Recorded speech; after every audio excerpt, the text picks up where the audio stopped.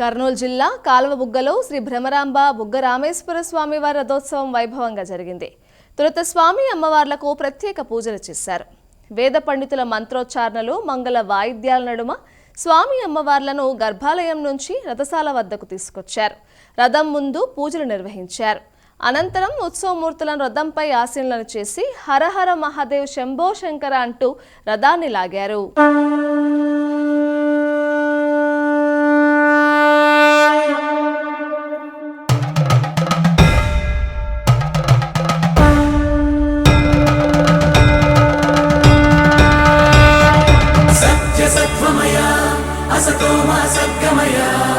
दिव्यमत्वमया तमसो मा ज्योतिर्गमया नित्यतत्वमया मृत्योर्मामृत